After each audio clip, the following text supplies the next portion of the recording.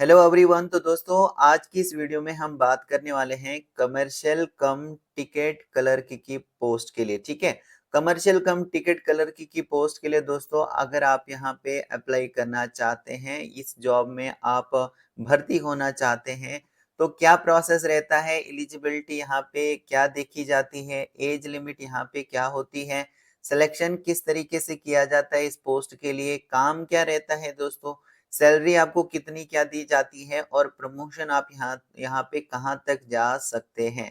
इन सभी चीजों के बारे में हम इस वीडियो में दोस्तों बात करने वाले हैं, इसलिए दोस्तों वीडियो जो है ये हेल्पफुल होने वाली है। अगर आपने चैनल को सब्सक्राइब नहीं किया है अभी तक तो आप चैनल को सब्सक्राइब कर सकते हैं। तो देखिए दोस्तों, जो कमर्शियल कम टिकट कलर को होता है ना, आपने देखा होगा जब आप रेलवे स्टेशन पर जाते हैं तो वहां पे आपने देखा होगा कि जो टिकट काउंटर होता है वहां पर एक एम्प्लॉय होता है, वहां पे बैठा होता है, एक मुलाजिम वहां पे बैठा होता है जो कि आपको टिकट देता है। मतलब आप वहां पे टिकट निकालने के लिए जाते हो या फिर वहां पर आप किसी जानकारी के लिए जाते हो, उनको पूछते हो कि भाई ट्रेन जो है कब आने वाली है या ट्रेन कब जाने वाली है। ठीक है, तो वो आपको वहां पे आंसर करना आंसर आपको आपका देता है, आपके क्वेश्चनों का जो है आंसर देता है। ठीक है, या फिर अगर आप कोई रिजर्वेशन करते हैं, टिकट वगैरह कहीं आपको जाना होता है, तो ये जो काम है ना ये यहाँ पे किसका रहता है, कमर्शियल कम टिकट क्लर्क की पोस्ट अगर आपको मिलती है तो ये आपको काम वहां पे करना पड़ सकता है। इसके अलावा टिकट चेकिंग वगैरह ये काम भी आपको जो है करना पड़ सकता है, यहाँ पे टिकट का चेक करना। जैसे कई लोग आपने देखा होगा कि भाई वो जो है ना टिकट नहीं कराते हैं, ऐसे ही जो है मतलब ट्रेन में ऐसे ही बैठ जाते हैं। तो उनका ये जो यहाँ पे टिकट कम कमर्शियल कम टिकट कलर की जो पोस्ट है इसमें आपको ये काम भी दिया जा सकता है। इसके अलावा आप पार्सल ऑफिस में जो है हो सकते हैं। ठीक है, इसके अलावा आप गुड्स मतलब जहाँ पे सामान की लोडिंग अनलोडिंग होती है वहां पर आपको रखा जा सकता है।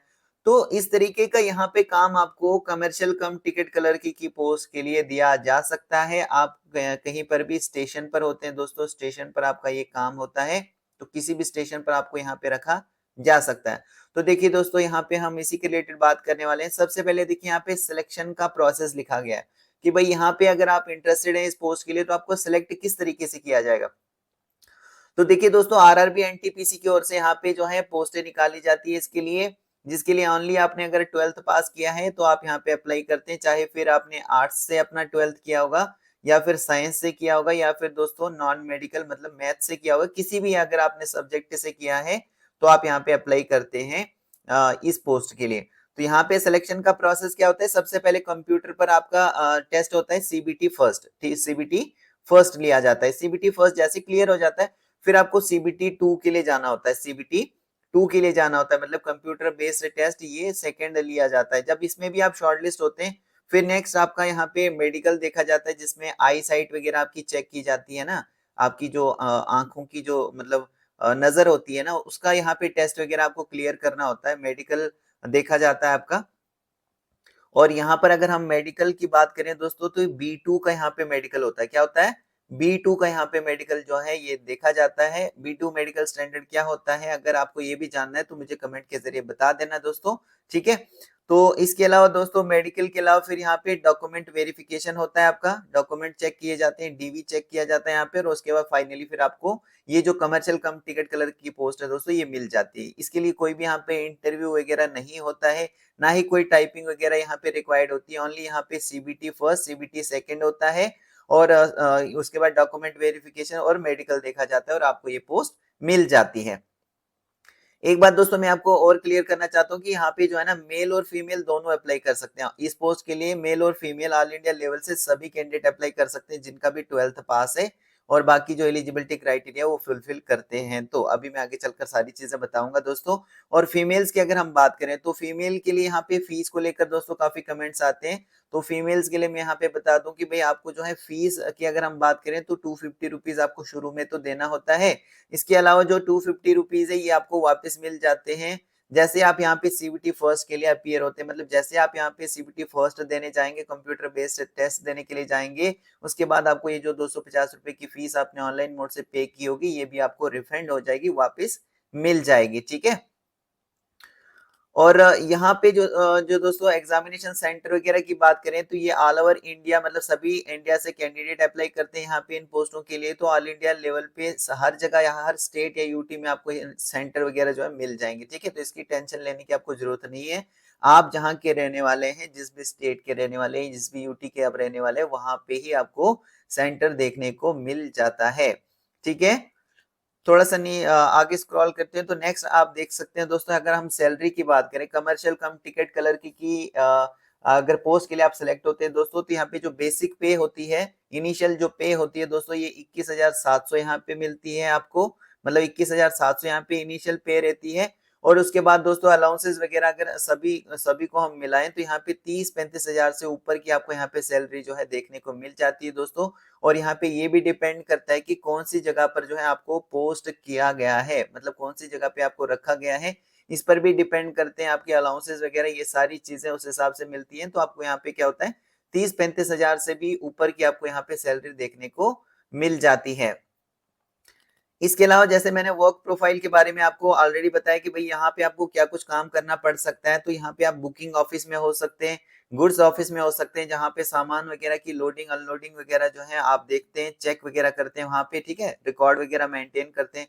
पार्सल ऑफिस में आप यहाँ पे हो सकते हैं। टिकट चेकिंग, यहाँ पे जैसे मैंने बताया कि कुछ लोग टिकट वगैरह नहीं करते, इसी तरीके से बैठते हैं, तो टिकट चेकिंग वगैरह पे आप हो सकते हैं। इसके अलावा टिकट काउंटर पर आप होते हैं, ठीक है, रिजर्वेशन वगैरह करते हैं वहां पे, या फिर कोई क्वेरी होती है, कोई कस्टमर्स वगैरह आते हैं मतलब बुकिंग वगैरह करने के लिए या फिर ट्रेन के बारे में पूछने के लिए, तो उनके सवालों का आपको जवाब वगैरह देना होता है, या टिकट जो है जारी करना होता है, ठीक है। वहां पर जो पैसा वगैरह आता है, जैसे जहां पर आप रिजर्वेशन वगैरह करते हैं, मतलब टिकट वगैरह काटते हैं, तो वहां पे जैसे पैसे आते हैं, तो उन पैसों को भी संभालना होता है ना।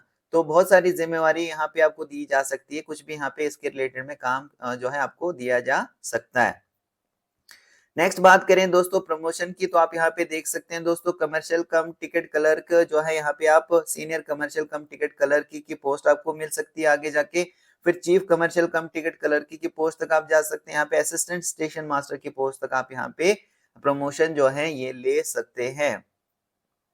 ओके दोस्तों, इसके अलावा दोस्तों जैसे मैंने आपको बताया, यहाँ पे सिलेक्शन का प्रोसेस क्या रहता है, सीबीटी फर्स्ट आपका लिया जाता है, सीबीटी सेकंड लिया जाता है। और बात करें दोस्तों सीबीटी फर्स्ट और सीबीटी सेकंड में, मतलब कंप्यूटर बेस्ड टेस्ट जो आपका लिया जाएगा ना, सीबीटी फर्स्ट लिया जाएगा और सीबीटी टू लिया जाएगा, तो इसमें कहाँ से आपको क्वेश्चंस पूछे जाएंगे। तो ये दोस्तों 12th लेवल की पोस्ट रहती है। अप्लाई तो सारे कर सकते हैं, ग्रेजुएट वाले भी अप्लाई कर सकते हैं, पोस्ट ग्रेजुएट वाले भी अगर इंटरेस्ट है इस पोस्ट के लिए अप्लाई कर सकते हैं। लेकिन ये 12th लेवल की पोस्ट है, तो इसका लेवल ज्यादा नहीं रहता है, 12th का ही एक लेवल देख के ही आपका यहाँ पे एग्जाम होता है, जिसमें आपको क्वेश्चंस होते हैं जनरल अवेयरनेस से, रीजनिंग से, जनरल इंटेलिजेंस से, मैथमेटिक्स से यहाँ पे क्वेश्चंस पूछे जाते हैं।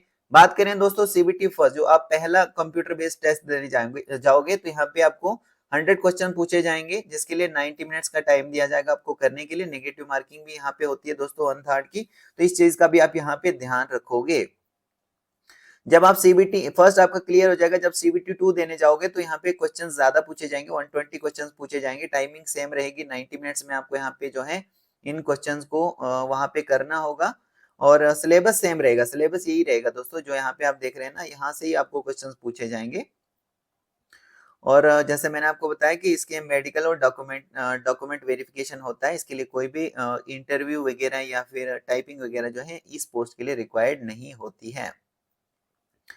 तो एलिजिबिलिटी मैंने आपको पहले ही बताई दोस्तों, 12th पास यहाँ पे रिक्वायर्ड रहता है। अगर आपने किसी भी स्ट्रीम से 12th पास आप हैं तो आप अप्लाई कर सकते हैं। आपकी जो एज है 18 साल से 30 साल तक यहाँ पे रखी जाती है। 18 साल मिनिमम आपकी एज होनी चाहिए इस पोस्ट के लिए, 30 साल मैक्सिमम। लेकिन 2024 की अगर हम बात करें, 2024 की दोस्तों बात करें, तो यहाँ पे 3 साल जो है एक्स्ट्रा दिया गया है। मतलब अगर आप 33 साल तक आते हैं तो आप यहाँ पर इन पोस्टों के लिए अप्लाई कर सकते हैं। बाकी जो कैटेगरी वाले हैं उनको रिलैक्सेशन देखने को मिल जाता है। तो ऑनलाइन इसके लिए आपको फॉर्म वगैरह जो है फिल करना होगा। तो अगर आप दोस्तों इंटरेस्टेड हैं तो आप यहाँ पे फॉर्म जो है वो फिल कर सकते हैं। ओके, ये दोस्तों ये इस पोस्ट की अगर हम बात करें, कमर्शियल कम टिकट कलर की पोस्ट की बात करें, तो ये दोस्तों लेवल 3 की पोस्ट है। लेवल 3 की यहाँ पे पोस्ट है, जो कि यहाँ पे निकाली गई है, यहाँ पे आरआरबी एनटीपीसी की ओर से यहाँ पे निकाली गई है।